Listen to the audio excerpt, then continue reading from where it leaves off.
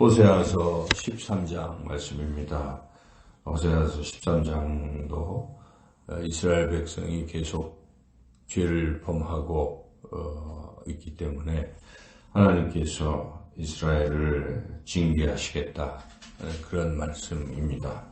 이스라엘이 어떤 죄를 범했으며 또 왜 그 죄에서 돌이키지 못하고 있는가, 이런 것들을 우리가 살펴보면 이스라엘의 모든 죄의 시작은 교만에서부터 시작이 되는 거죠. 그래서 1절을 보면 그가 이스라엘 중에서 자기를 높이더니, 그리고 이스라엘 에브라임이 나서면 다른 지파들이 벌벌 떨었다. 위세 등등했던 기세 등등했던 것입니다. 위세가 아주 컸던 지파였던 것이죠. 실제로 이 에브라임 지파가 12지파 중에서 가장 셌어요. 그것은 이 에브라임 지파는 곧 요셉의 두 아들, 에브라임과 므낫세, 두 아들이 굉장히 센 것은 요셉 때문에 그렇죠. 그래서 12지파 중에 요셉이 먼저 애굽에 가서 국무총리가 돼가지고 가나안 땅에서 이렇게 이 굶주림 속에 기근으로 고통받던 다른 11지파를 애굽에 데려다가 국무총리가 됐던 요셉이 잘 살게 해줬죠. 그렇게 시작이 됐지 않습니까? 자기를 죽이려고 했던 형들을 다 이렇게 용서하고 잘 살게 하니까 야곱도 그 아들 중에 요셉을 제일 사랑했고 요셉을 축복했고, 그래서 계속 요셉 지파, 에브라임 지파와 므낫세 지파는 강성했습니다. 므낫세 지파는 동편에도 땅을 갖고 이 서편에도 나중에 갔을 정도로 그렇게 이 지파가 상당히 세긴 셌어요. 다른 지파들에 비해서. 그러다 보니까 에브라임 지파가 교만해진 것이죠.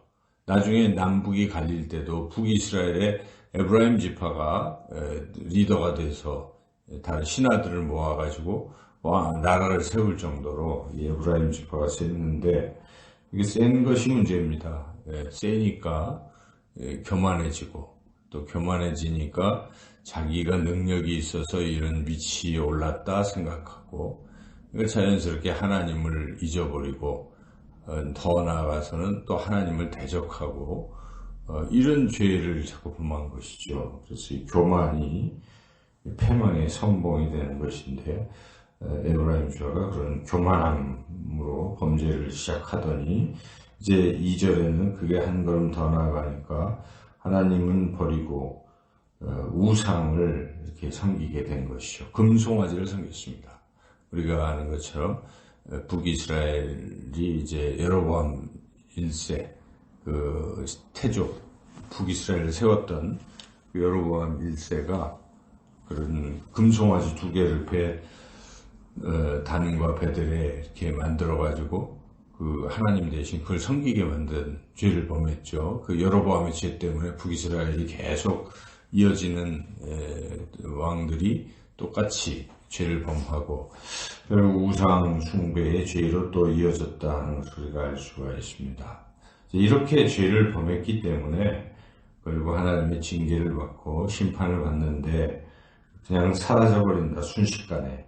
3절에 보면 비유적으로 아침 구름 같고 또 이슬같이 또 쭉정이같이 연기같이, 다 이게 금방 사라지는 거 아니겠습니까? 굴뚝에서 나온 연기 금방 바람에 다 흩어져 버립니다.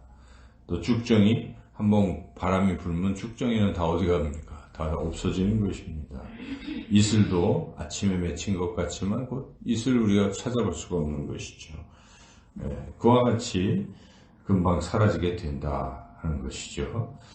그리고 4절부터 하나님이 이 이스라엘 백성을 돌봐주고 광야에서 또 먹여주고 이렇게 했더니 이 배가 부르니까 만족하니까 또 교만해졌다는 것이죠. 6절에 보니까 이게 지금 우리가 두 가지입니다. 패망하지 아니하려면 두 가지를 잘 해야 되는데, 첫째는 일단 혹시 죄를 범했으면 빨리 회개를 해야 됩니다. 즉각적으로 회개하면 사람이 다시 돌아오는 것이죠. 근데 죄를 짓고 회개를 안 하고 죄를 잡고 품으면 어떻게 됩니까? 죄는 죄를 낳습니다. 여러분, 조그만 죄 같지만 바늘도둑이 소도둑 되는 것 같은 원리입니다. 어릴 때 조그만 죄를 진 것을 부모가 잘 교육을 안 시켜놓으면 나중에는 큰 범죄자가 되어버리고 마는 것이지 않습니까? 우리 자신도 어떤 죄를 지을 때, 이거 죄구나. 거짓말하는 거 죄고, 남에게 싫은 소리 하는 거 죄고, 또 남의 것을 탐내는 거 죄고, 십계명에 나온 대로 그런 걸 생각할 때, 하나님 잘못했습니다. 우리가 새벽마다 와서 그런 회개 기도를 하지 않습니까? 하나님, 어제는 또 이러저런 잘못을 했습니다. 그래서 다시 또 새로운 마음으로. 이런 사람들은 죄가 커지지 않습니다. 죄가 이제 조금씩 오히려 사라지는 것이죠. 그러나 그런 절차를 거치지 않고 그냥 내버려 두면 죄는 죄를 만듭니다. 그래서 죄가 점점 자라고 또 장성하는데, 성경 말씀에 죄가 장성한 즉 결국 사망을 낳는다. 그렇게 말씀이 있지 않습니까? 결국 멸망하고 만다는 것이죠. 그래서 죄를 회개해야 되는데 회개하지 못한다. 두 번째 잘해야 될 것은 감사를 잘해야 된다는 것입니다. 감사. 이 부분이 빠지기 때문에 교만에 빠지는 거예요. 감사하는 사람은 교만하지 않습니다. 우리가 뭐가 잘 됐어요. 감사할 줄 아는 사람은 어떻습니까? 감사 자체는 이거 하나님이 해주신 겁니다. 이런 생각을 합니다. 그래서 하나님 너무 감사합니다. 제가 뭐라고 저같이 부족한데 하나님 이런 은혜를 채워주셨군요 하고 하나님 앞에 자꾸 감사하면 또 하나님은 감사하는 자에게 또 감사할 일을 또 주시지 않습니까? 그래서 그 사람은 점점 형통한 인생을 걷는 것이지만, 감사가 빠진 사람은 하나님 은혜를 베풀어 주셨건만 하나님에 대한 감사가 없으면 어떻게 됩니까? 그냥 자기가 잘했다고 생각하고 이제 하나님을 잊어버리는 것입니다. 좋은 상태에 취해서, 형통한 상태에 취해서 이게 좋다. 하나님도 뭐도 없고 자기가 가진 것 가지고 즐겁게 쾌락에 빠지고 이렇게 범죄의 원상에 빠지고 마는 것이, 여기에 지금 6절 한번 읽어보겠습니다. 그들이 먹여준 대로 배가 불렀고 배가 부르니 그들의 마음이 교만하여 이로 말미암아 나를 잊었느니라. 이렇게 배부를 때 주의해야 됩니다. 잘 될 때 주의해야 돼요. 그때 왜 하나님이 해주셨습니다 하고 하나님 앞에 감사해야지. 그때 우쭐거리고 교만해서 이게 다 내가 잘해서 그러려니 하면 하나님 잊어버리게 된다 하는, 그렇기 때문에 이스라엘이 그렇게 했기 때문에 7절에 하나님께서 좀 표현이 좀 그렇지만은 길가에서 기다리는 표범같이, 사자같이, 새끼 잃은 곰같이, 거기서 암사자같이 들짐승들을 찢으리라. 얼마나 무섭습니까? 새끼 잃은 곰이 얼마나 사납겠습니까? 그런 어떤 징계, 심판을 면치 못한다. 이런 말씀이죠. 그리고 이제 죄가 커지면 나중에는 대적을 합니다. 자기를 도와주신 하나님, 자기를 구원하신 하나님마저 대적하는, 이게 이제 죄의 끝이죠. 그래서 그렇게까지 이스라엘이 했다는 것이죠. 9절을 읽어보겠습니다. 이스라엘아, 네가 패망하였나니 이는 너를 도와주는 나를 대적합니다. 참 이걸 배은망덕이라고 합니다. 우리 인생사에서도 자기를 그렇게 도와주고 자기를 사랑하는 사람을 나중에 배신하는 사람들 많습니다. 인간사에. 근데 하물며 하나님을 대적하는 이러한 이스라엘, 이게 얼마나 큰 죄악이겠습니까? 이스라엘을 하나님이 택하셔서 하나님의 백성 삼아주시고 광야에서 또 가나안 땅에서 계속 그런 은혜를 끊임없이 베풀어 주셨건만 나중에는 하나님을 대적하는 이런 어리석은 자들이 되었다 하는 것이죠.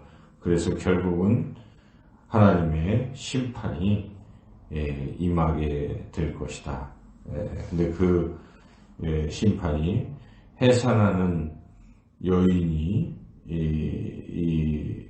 해산할 때가 되어도 그 자식이 나오지를 않으면 죽는 겁니다. 사산하는 거 아니겠어요? 그러면 산모도 죽죠. 이제 그런 것처럼 멸망을 당하게 될 것이다 하는 것이 이제 그 부분에 이어지고 있습니다. 그래서 이렇게 사마리아 북이스라엘이 하나님을 배반해서 형벌을 당하고 결국은 멸망할 것이다 하는 것이 오늘 말씀입니다. 그래서 우리가 오늘 말씀을 읽으면서 생각해야 될 것 두 가지. 첫째는 잘못하면 즉각적 회개를 하자는 것이고, 그리고 또 하나님이 은혜를 베풀어 주시면 감사하자는 것입니다. 항상 매사에 감사, 회개와 감사가 우리 신앙의 원동력입니다. 우리가 그래도 점점 변화되고 더 잘되는 길, 회개와 감사입니다. 그러나 그 반대로 죄를 져도 회개를 안 하면 죄가 더 커지고 결국 멸망으로 가는 것이고, 그리고 하나님이 은혜를 베풀어 주셨건만 새카맣게 자꾸 잊어버리면 결국은 좋지 않다. 그래서 오늘 말씀 마음에 새기고 져야 되니 늘 하나님 앞에 겸손히 잘못된 것 회개하고 주신 은혜에 더욱 감사하는 복된 인생들이 다 되시기를 주님의 이름으로 축원합니다.